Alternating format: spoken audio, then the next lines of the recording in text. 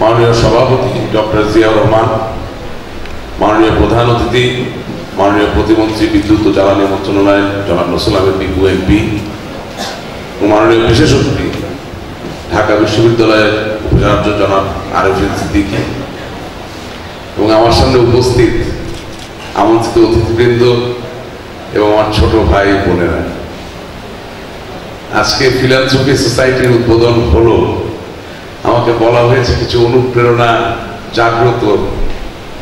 জাগানো যায় এই ধরনের কিছু বক্তব্য দেওয়ার জন্য। আমি এখানে বসে চিন্তা করছিলাম আসলে অনুপ্রেরণা কেন লাগে। বিপ্লব, আমাদের সমাজে বিপ্লব সংগঠিত করতে গেলে অনুপ্রাণিত হতে হয়। একটা জাতিসত্তায় নতুনভাবে উদ্ভাসিত হতে হলে অনুপ্রেরণার প্রয়োজন হয়, কোনো কিছু সৃষ্টিতে অনুপ্রেরণার প্রয়োজন হয়। আর সবচেয়ে বড় কথা হচ্ছে, যখন কেউ অনুপ্রাণিত হতে চায় তাকেই শুধুমাত্র অনুপ্রাণিত করা যায়। হাউএভার, বিপ্লবের পথ সবসময় বন্ধু, সবসময় কঠিন। এবং এই কথাটা বলার কারণ হচ্ছে, ঢাকা বিশ্ববিদ্যালয় 1921 সালে প্রতিষ্ঠিত হয়েছিল সত্য, এবং বাংলাদেশের সত্যিকার অর্থে বাঙালি জাতির আর্থসামাজিক প্রতিটি সংগ্রাম পরিবর্তনের ক্ষেত্রে ঢাকা বিশ্ববিদ্যালয়ের অনস্বীকার্য যে ভূমিকা, সেই ভূমিকা থাকা সত্ত্বেও আজকে 2015 সালে ফিলান্থ্রপি সোসাইটির মতো একটা সোসাইটির উদ্বোধনী অনুষ্ঠানে যেই পরিমাণ জনসমাগম, তাতে মনে হয় বিপ্লব সৃষ্টি করা বেশ কঠিন হবে। তবে আমরা যারা রাজনীতি করি অথবা যারা রাজনীতি করি না, কিন্তু সুন্দরের আশা করি, সুন্দরের পূজা করি, এটা মেনে নিয়ে আমাদের জীবনে এগোতে হয় যে বিপ্লব সংগঠিত করা, নতুন কোনো কিছু করা সবসময় কঠিন। তাই আজকে আপনারা যে কজনাই আমাদের সামনে উপস্থিত আছেন, আপনাদের সকলকে মাননীয় প্রধান অতিথি মহোদয় ওনার পক্ষ থেকে, আপনাদের মাননীয় মডারেটরের পক্ষ থেকে, আমাদের পক্ষ থেকে, হৃদয়ের অন্তঃস্থল থেকে অনেক অনেক ধন্যবাদ জানাতে চাই। ধন্যবাদ, ধন্যবাদ, ধন্যবাদ। আমি আমার বক্তব্যের প্রারম্ভে নিজের ব্যাপারে জাস্ট কয়েকটা কথা বলবো। আমি নিজে ঢাকা বিশ্ববিদ্যালয়ের ছাত্র নই, কিন্তু আমার দাদা 1927 সালে ঢাকা বিশ্ববিদ্যালয় থেকে ম্যাথমেটিক্সে মাস্টার্স করেছিলেন। আমার বাবা ওই বিশ্ববিদ্যালয়ের ছাত্র ছিলেন। আর শুধুমাত্র সেই কারণে নয়, আমি মনে করি আজকে এই সমাজের সবচেয়ে বড় দুর্বলতা হচ্ছে, our society has turned into an absolute profit seeking society। অর্থাৎ প্রতিটা ক্ষেত্রে আমরা মুনাফা খুঁজছি, এবং এই মুনাফা খুঁজতে গিয়ে যেটা হচ্ছে যে আমাদের সমাজে বিরাজমান যে বৈপরীত্য, সেই বৈপরীত্য দূর করার জন্য যে শারীরিক বিবেকের প্রয়োজন আমাদের সমাজে, যে শারীরিক বিবেকের নেতৃত্ব প্রয়োজন, সেই নেতৃত্বের একটা অনুপস্থিতিও দেখা যাচ্ছে। সেই প্রেক্ষাপট থেকে আজকে আমার মনে হয় যে ঢাকা ইউনিভার্সিটির ফিলান্থ্রপি সোসাইটির মতো একটা সোসাইটির প্রয়োজন। আমি খুব সংক্ষেপে, একটু আগে আমাদের মাননীয় উপাচার্য মহোদয়ের কথা বলে গেছেন, উনি চ্যারিটির কথা বলেছেন। আমি ওনার থেকে জ্ঞানে, শিক্ষায়, অভিজ্ঞতায় সব দিক দিয়ে অনেক কম, অনেক নিচে। তারপরেও আমার মনে হয় যে আজকের সময় এসেছে চ্যারিটি আর ফিলান্থ্রপি, এই দুটির ভিতরে একটা পার্থক্য আছে, সেটা আমাদের অনুধাবন করা দরকার। সবচেয়ে বড় কথা হচ্ছে চ্যারিটি। চ্যারিটি হচ্ছে দান, দানশীলতা। কোনো ব্যক্তিকে আপনি বিপদগ্রস্ত দেখলেন, তাকে ক্ষণিকের জন্য একটি দানের মধ্য দিয়ে আপনি তার বিপদ থেকে পরিত্রাণ ঘটাতে পারবেন, কিন্তু সত্যিকার অর্থে তার জীবনে কোনো পরিবর্তন আনতে পারবেন না। অর্থাৎ সেখানে ক্ষণিকের একটি সমাধান আছে। কিন্তু ফিলান্থ্রপি হচ্ছে সমাধান, শুধু দান নয়। অর্থাৎ দানটি এমন ভাবে করতে হবে so that the root cause, তার মূল যে কারণ, যে কারণে একজন ব্যক্তি বা একটি গোষ্ঠী বা একটি জনপদ বিপদগ্রস্ত বা সমস্যায় আচ্ছন্ন অবস্থায় আছে, সেখান থেকে তাকে সম্পূর্ণভাবে ইন এ সাস্টেইনেবল ম্যানার, দীর্ঘস্থায়ীভাবে মুক্ত করে নিয়ে আসতে হবে। এই ক্ষেত্রে দুটো উদাহরণ দেওয়া যেতে পারে। আমি গতকালকে রাত্রেবেলা একটা ছোট পেপার লিখেছি, আপনাদের সবাইকে একটা কপি দেওয়া হয়েছে। সেখানে আপনারা দেখবেন মিথ অ্যান্ড রিয়ালিটি বলে একটা জায়গা লেখা আছে। আপনারা জানবেন ফিলান্থ্রপির কনসেপ্টটা প্রিডমিনেন্টলি গ্রিক মিথোলজি থেকে আসছে, এবং এই জায়গায় বলা হচ্ছে যে টাইটান, অন্যতম একজন দেবতা প্রমেথিউস, তিনি মানুষকে এত বেশি ভালোবাসতেন যে মানুষ যখন আদিম সভ্যতায় আদিম মানুষের মতো বসবাস করত, গুহার ভিতরে তাদের যখন বসবাস ছিল, তারা যখন কোনো পদার্থ কোনো মেটেরিয়ালকে নিয়ন্ত্রণ করতে পারত না তাদের নিজস্ব প্রয়োজনে, ঠিক সেই সময় প্রমেথিউস আগুন চুরি করে নিয়ে এই আগুনটা মানব জাতি মানব সভ্যতাকে উপহার হিসেবে দেয়। কেন? যাতে মানুষ ওই আগুন দিয়ে লৌহ গলিয়ে তার নিজের প্রয়োজনে যন্ত্রপাতি টুলস তৈরি করতে পারে, যাতে মানুষ ধীরে ধীরে একটি উত্তরোত্তর উন্নত সভ্যতার দিকে এগিয়ে যেতে পারে। এবং সেই কারণে দেবতাদের রাজা জিউস তাকে শাস্তি দিয়েছিলেন। আজকে ওই ঘটনাকে মনে করে আপনাদেরকে বলতে চাই, যদি গ্রিক মিথোলজির ওই গল্প সত্যি হয়ে থাকে, তাহলে ওই দিন প্রমিথিউস যখন আমাদেরকে আগুন দিলেন, সেটা ছিল সত্যিকার ফিলান্থ্রপি। অর্থাৎ ওটা এমন এক উপহার, এমন এক দান ছিল যা মানুষের হাজার বছরের যে সংগ্রাম, যে তারা একটা সুস্থ সুন্দর আলোকিত জীবনের অংশীদার হতে চায়, মালিক হতে চায়, সেই পথটি সুরম্য হলো, সেই পথটি সুগম হলো, সাবলীল হলো, স্বাচ্ছন্দ্যময় হলো। আর আজকে বাংলাদেশের প্রেক্ষাপটে ফিলান্থ্রপির সবচেয়ে বড় উদাহরণ কি আমাদের মনে প্রশ্ন আসতে পারে। আপনারা সবাই জানেন 1920 সালে গোপালগঞ্জ টুঙ্গিপাড়ায় বঙ্গবন্ধু শেখ মুজিবুর রহমান জন্মগ্রহণ করেছেন। প্রশ্ন থাকে আমাদের কাছে, আমরা বাঙাল, আমরা বাঙালি জাতি, আমরা প্রাকৃত ভাষায় কথা বলতাম, সত্যি আমাদের ঐতিহ্য, আমাদের ইতিহাস হাজার বছরের প্রাচীন। আমরা কি আগুন দিয়ে লোহা গলাতে পারতাম না? আমরা কি আগুন ব্যবহার করে আমাদের প্রয়োজনীয় পাত্র বানাতে পারতাম না? আমরা কি বই লিখতে পারতাম না? আমরা কি কথা বলতে পারতাম না? আমরা কি গান গাইতে পারতাম না? আমরা কি সুর করতে পারতাম না? আমরা সবই পারতাম। তারপরেও একটা জিনিস আমরা পারিনি, বহু বছর, হাজার বছর ধরে পারিনি, সেটি হচ্ছে আমরা আমাদের ভাগ্য নিয়ন্ত্রণ করতে পারিনি। আমাদেরকে পাল, সেন, গুপ্তীয় বংশরা শাসন করেছে, তারা আমাদেরকে দুর্বল শাসন দিয়েছে। আবার ইতিহাসবিদেরা ইখতিয়ারউদ্দিন, বখতিয়ার খলজি, নবাব সিরাজউদ্দৌলা তাদের ঘটনাও আমাদেরকে পড়িয়েছেন এবং গ্লোরিফাই করেছেন।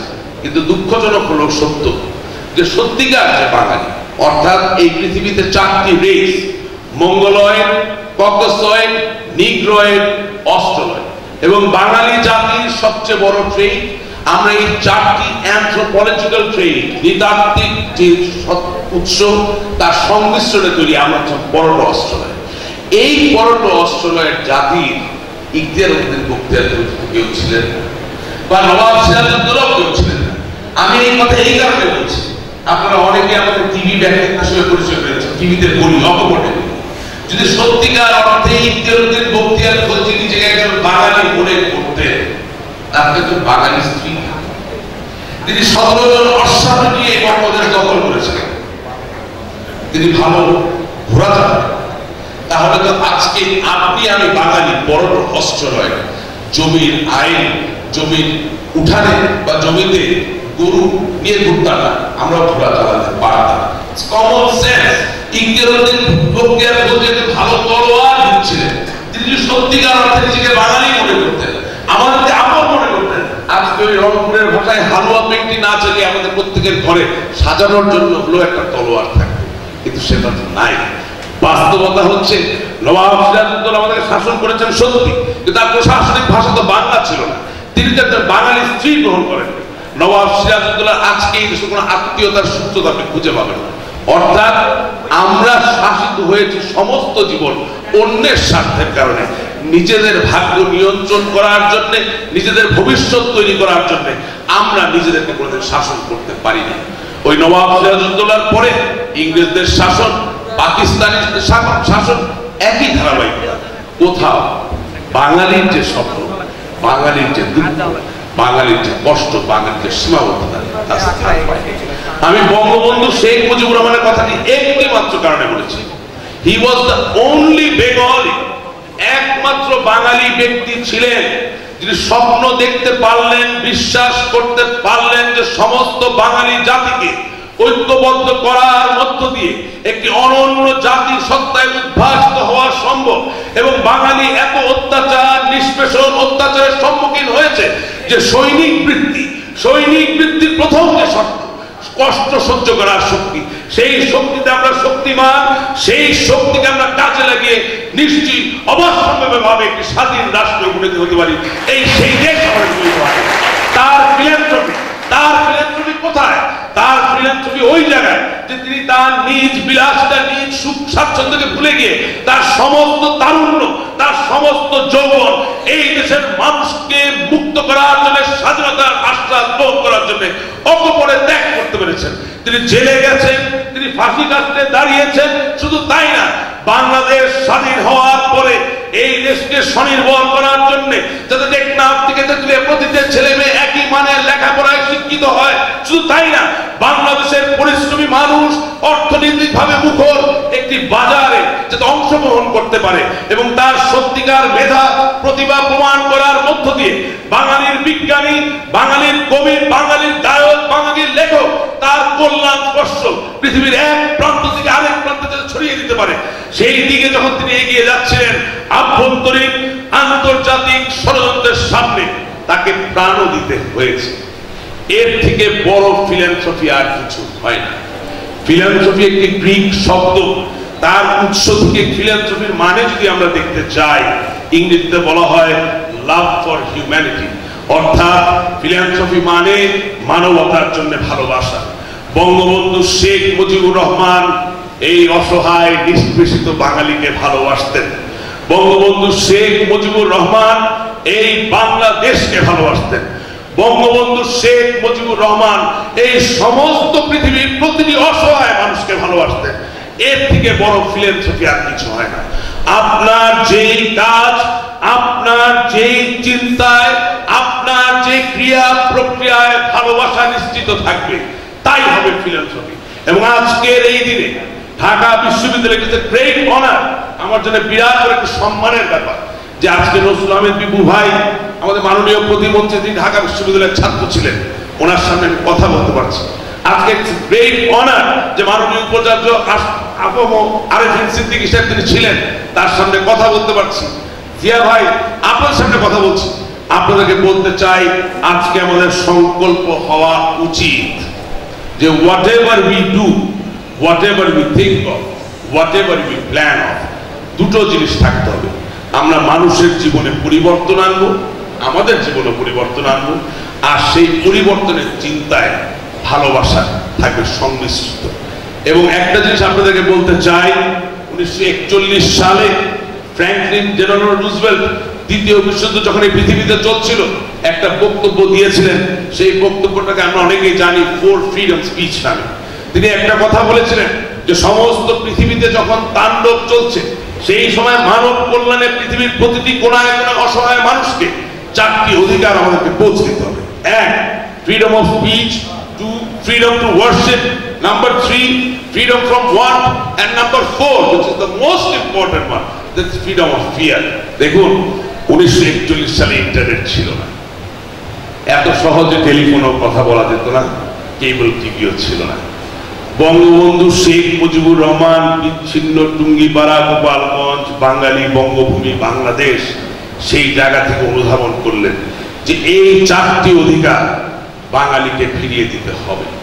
এই চারটি অধিকার যদি আমাদেরকে ফিরিয়ে না দিয়ে দেওয়া যায়, আমরা মানুষ হিসেবে বেঁচে থাকবো সত্যি, কিন্তু সত্যিকার অর্থে আমরা যে শক্তিতে আমরা উদ্ভাসিত হতে পারি তা কোনোদিনও হবে না। বঙ্গবন্ধু শেখ মুজিবুর রহমান তার কাজ শেষ করার আগেই তাকে হত্যা করা হয়েছে। আজকে 2015 সালে তারই কন্যা জননেত্রী শেখ হাসিনা প্রতিনিয়ত বিভিন্ন চক্রান্তের মধ্য দিয়ে চেষ্টা করছেন যাতে করে বাঙালি মুক্তভাবে তার মতের বহিঃপ্রকাশ ঘটাতে পারে, মুক্তভাবে প্রত্যেকে ধর্ম পালন করতে পারে এবং মুক্তভাবে যে কোনো অর্থনৈতিক কর্মকাণ্ডে নিজেদেরকে নিয়োজিত করতে পারে। এবং সবচেয়ে বড় কথা, বিচারহীনতার সংস্কার।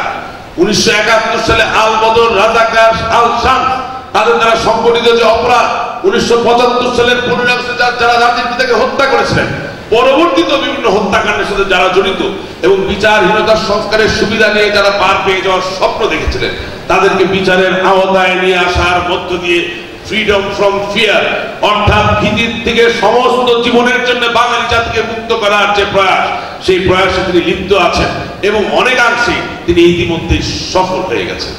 এই কথা আমি বলছি এই কারণে যে মাননীয় প্রধানমন্ত্রী শেখ হাসিনা ঢাকা বিশ্ববিদ্যালয়ের ছাত্রী ছিলেন।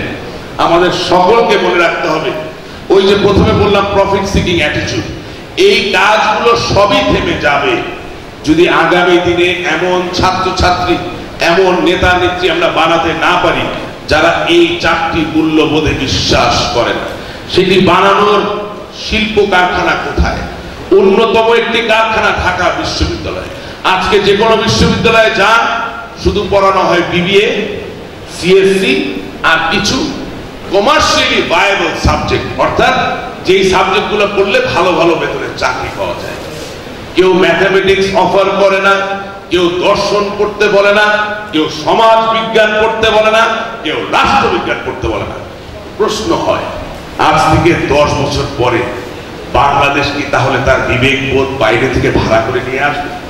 আমাদের ছেলেমেয়েরা কি 1971 সালে যে বুদ্ধিজীবীরা আত্মাহুতি দিল, যারা এই দেশের স্বাধীনতার চেতনা তৈরি করা এক বিরাট বড় ভূমিকা রাখলো, ন্যায় অন্যায়ের বিরুদ্ধে দাঁড়ানোর কথা বলার যে শক্তি তারা তৈরি করলো, যে বিবেকবোধ আমাদের জাগ্রত করলো, সেই বিবেকবোধ জাগ্রত করার মতো আর ছেলে মেয়েকে আমরা পাবো না।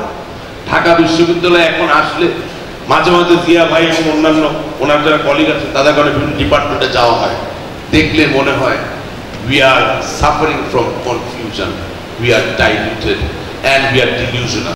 অর্থাৎ আগামী দিনে আমার এই দেশের বিবেক হিসেবে কারা কাজ করবে তাদেরকে নিয়ে চিন্তা করার সময়ও বোধহয় আমাদের নাই। আজকে নতুন করে বিবেকবোধ জাগ্রত করার জন্য ঢাকা বিশ্ববিদ্যালয়ের মৌলিক যে সাবজেক্টগুলো, অর্থাৎ আমি যে বললাম দর্শন, সোশিওলজি এবং আরো অনেক সাবজেক্টের কথা বলেছি, সেখানে যে ছেলেমেয়েরা পড়ালেখা করছে তারা যাতে কোনো রকম হীনমন্যতায় না ভুগে, তাই আমি মনে করি এই প্রতিটি ডিপার্টমেন্টের উন্নয়ন সাধনের ক্ষেত্রে আজকে উদ্বোধনের দিনে আমাদের রেজলিউশন নেওয়া উচিত। ফিলান্থ্রপি সোসাইটির প্রথম কাজ হবে বাই রেইজিং ফান্ড, আমরা মানুষকে উদ্বুদ্ধ করার মধ্যে দিয়ে প্রথমে ঢাকা বিশ্ববিদ্যালয়ের এই জীর্ণ শীর্ণ যে ডিপার্টমেন্টগুলো আছে, আমাদের ছেলে মেয়েদের যে ফ্যাসিলিটিগুলো থাকা দরকার সেগুলো এনশিওর করার জন্য আমরা সকলে মিলে কাজ করব। আমি ইতিমধ্যে বাংলাদেশ ব্যাংকার্স অ্যাসোসিয়েশনের সাথে কথা বলেছি, সময় স্বল্পতার কারণে তারা আসতে পারেননি। তারা বলেছেন যে তারা বেশ বড় সিগনিফিকেন্ট অ্যামাউন্টের একটা ডোনেশন সোসাইটিকে দিবেন, তবে সেই ক্ষেত্রে মাননীয় মন্ত্রী মহোদয় ওনারও ব্লেসিং প্রয়োজন, উনিও যদি একটু বলে দেন তাহলে কাজটা ত্বরান্বিত হবে। এবং আমার তো মনে হয়, আমরা একটু আগেই কথা বলছিলাম, ফিলান্থ্রপিক সোসাইটির কাজের পরিধি শুধু ঢাকা বিশ্ববিদ্যালয়ে নয়, ঢাকা বিশ্ববিদ্যালয়ের বাইরেও নিয়ে যাওয়া সম্ভব। তবে এর জন্য আমাদের শৃঙ্খলা দরকার, কমিটমেন্ট দরকার, নিবেদিত প্রাণ হওয়ার দরকার, এবং সবচেয়ে বড় কথা ওই যে বললাম, anything that we do has to bring change, and for that we have to be creative। আমাদেরকে সৃজনশীল হতে হবে আমাদের চিন্তায়, এমন কিছু একটা করতে হবে যা অন্য কেউ করেনি, অন্য কেউ করার চিন্তা করেনি। So today it is a profit seeking society। তার মধ্য থেকে ভালো কাজের জন্য বিনিয়োগ আনা সম্ভব, তার মধ্য থেকে ভালো কাজের জন্য প্রণোদনা সহযোগিতা আনা সম্ভব, শুধুমাত্র সম্ভব তখনই যখন we can captivate others imagination, অর্থাৎ অন্যের কল্পনার জগৎকে যখন আমরা দখল করে নিতে পারবো, তাদেরকে বুঝাতে পারবো যেটা অনন্য কোনো কিছু একটা আমরা করতে যাচ্ছি। আর সবশেষে একটা কথা বলি, আমি আপনাদের কাছে একটা কথা দিয়ে যেতে পারি, although I am not a student of this university, এই ইউনিভার্সিটির ছাত্র আমি না, I give you my word, আমাদের জীবনে একটাই মিশন, আমরা বাংলাদেশ আওয়ামী লীগ করি, বঙ্গবন্ধুর আদর্শ দেখিয়ে যাওয়া পথ আমাদের শক্তি। এবং আজকের এই প্রতিকূল পরিস্থিতিতে বিশ্বাস করুন, একমাত্র মাননীয় প্রধানমন্ত্রী আমাদেরকে তার প্রতিরক্ষা নিরাপত্তার আচ্ছাদনে আচ্ছাদিত করে রেখেছে। আমি কিছুদিন আগে একটা বই লিখেছি, সেই বইয়ে আমি লিখেছি, আমি তাকে উৎসর্গ করে বলেছি যে যতটুকু যাই বলতে পারি, যতটুকু যাই চিন্তা করতে পারি, যে বিশ্বাসের কথা আমরা বলতে পারি, তা শুধুমাত্র তার কারণে বলতে পারি। as long as মাননীয় প্রধানমন্ত্রী সুস্থ আছেন, জীবিত আছেন, ইনশাআল্লাহ আমরা প্রতিটি পদে আপনাদের পাশে পাশে থাকবো। এবং একটি কথা আমরা বিশ্বাস করি, লেনিন বলেছিলেন, go to your people, live with them, learn from them, love them। তোমার মানুষের কাছে যাও, তাদের সাথে থাকো, তাদেরকে ভালোবাসো, তাদের কাছ থেকে শিখো। এই মন্ত্রে আমরা বিশ্বাস করি। আপনাদের কাছে আসতে চাই, আপনাদের কাছ থেকে শিখতে চাই, জানতে চাই, আপনাদেরকে ভালোবাসতে চাই, আপনাদের কাছ থেকে ভালোবাসা চাই। ইনশাআল্লাহ আগামী দিনে মঙ্গল স্পর্শ ছড়িয়ে দেওয়ার ক্ষেত্রে কেউ আমাদের সামনে কোন রকম বাধা সৃষ্টি করতে পারবে না। আপনারা সবাই ধৈর্য ধরে আমার বক্তব্য শুনেছেন। মাঝে মাঝে আমি একটু কনভেনশনাল বক্তব্যের বাইরে চলে যাই, যদি মাননীয় প্রধান যদি আমাকে অ্যালাউ করেন এবং যদি মাননীয় মডারের মধ্যে অ্যালাউ করেন। আজকে বেশিরভাগই সব ছোট ছোট ছেলে মেয়ে, I don't see any reason যেটার জন্য খুব গুরু গম্ভীর হয়ে মুখ ভার করে আমাদেরকে বসে থাকতে হবে। যদি আপনারা অ্যালাউ করেন, আমি তো সাথে বেশি কিছু আনি নাই, I can give a small gift if you allow me please. দেখেন, ডক্টর মার্টিন লুথার কিং কৃষ্ণাঙ্গদের সম অধিকার, তাদের ডিগনিটি, আত্মসম্মানের জন্য সমস্ত জীবন সংগ্রাম করেছে। এমন একটা সময় ছিল যখন মার্কিন যুক্তরাষ্ট্রে একজন কৃষ্ণাঙ্গ ছেলে বা মেয়ে একজন শ্বেতাঙ্গ ছেলে বা মেয়ের সাথে এক স্কুলে পড়তে পারত না। নট অনলি দ্যাট, মহান সৃষ্টিকর্তা, বিশাল সমুদ্র, সেই সমুদ্র সৈকত একজন কৃষ্ণাঙ্গ বা শ্বেতাঙ্গ একসাথে অবগাহন সাঁতার কাটতে পারত। একজন কৃষ্ণাঙ্গ বন্ধু তার শ্বেতাঙ্গ বন্ধুর সাথে একটি চায়ের দোকানে বসে একসাথে চা খেতে পারত।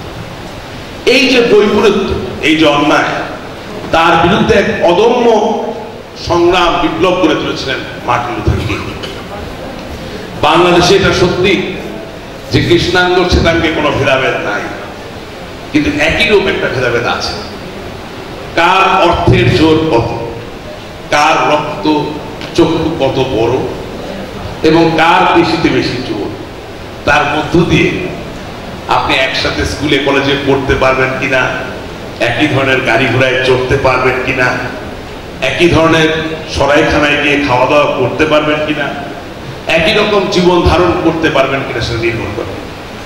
আমরা স্বপ্ন দেখি এমন এক বাংলাদেশ, যেই বাংলাদেশে একটি ছেলে বা মেয়ে টেকনাফ থেকে তেতুলিয়া ঘুড়ি হাতে নিয়ে ঘুরতে পারবে, খেলতে পারবে, কিন্তু তার চোখে একটা স্বপ্ন থাকে, সে জীবনে যা হতে চায় তা সে হতে পারবে। তার বাবা মা স্বপ্ন দেখবেন যে তার ছেলে মেয়ে শুধুমাত্র একটি চাকরির নামে চাকরি পাওয়া বা একটা ব্যবসা করার নামে ব্যবসা করবেন না, এমন কিছু একটা করবেন যেখানে তার সন্তান সত্যিকার অর্থে গ্র্যাটিফিকেশন, যে একটা স্বপ্ন, যে তার হৃদয়ে সে একটা শান্তির বাতাস বয়ে যায়।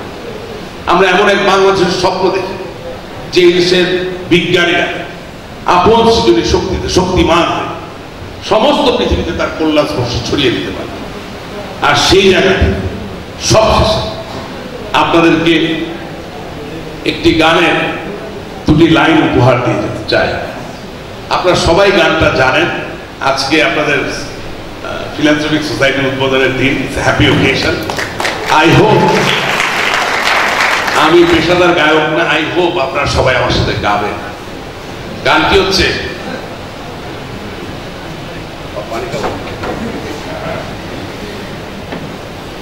আমরা করব জয়। এই গানটা শুনেছেন আপনারা? গান আমরা করব জয়, আমরা করব জয়, ও বুকে গভীরে আমরা জানি আমরা করব জয় একদিন, আমরা করব জয়, আমরা করব জয়, আমরা করব জয় একদিন, ও বুকে গভীরে আমরা জানি আমরা করব জয় একদিন। আপনারা বোধহয় বিশ্বাস করেন না, আপনারা জয়ী হবেন। আরেকবার হবে, সবাই জোরে গাবেন, লজ্জা পাওয়ার কোনো কারণ নাই। বাংলাদেশ একটি ক্রান্তি লগ্নের মধ্য দিয়ে অতিক্রান্ত হচ্ছে। এই সময় আমাদেরকে বিশ্বাস করতে হবে এই প্রতিকূলতা, এই মেঘের ঘনঘটা অবশ্যই কেটে যাবে এবং আমরা একটি সমৃদ্ধ ঐশ্বর্যময় বাংলাদেশের মালিক হব। আপনারা সকলে মিলে গান, আমরা করব জয়, আমরা করব জয়, আমরা করব জয় একদিন, ও বুকে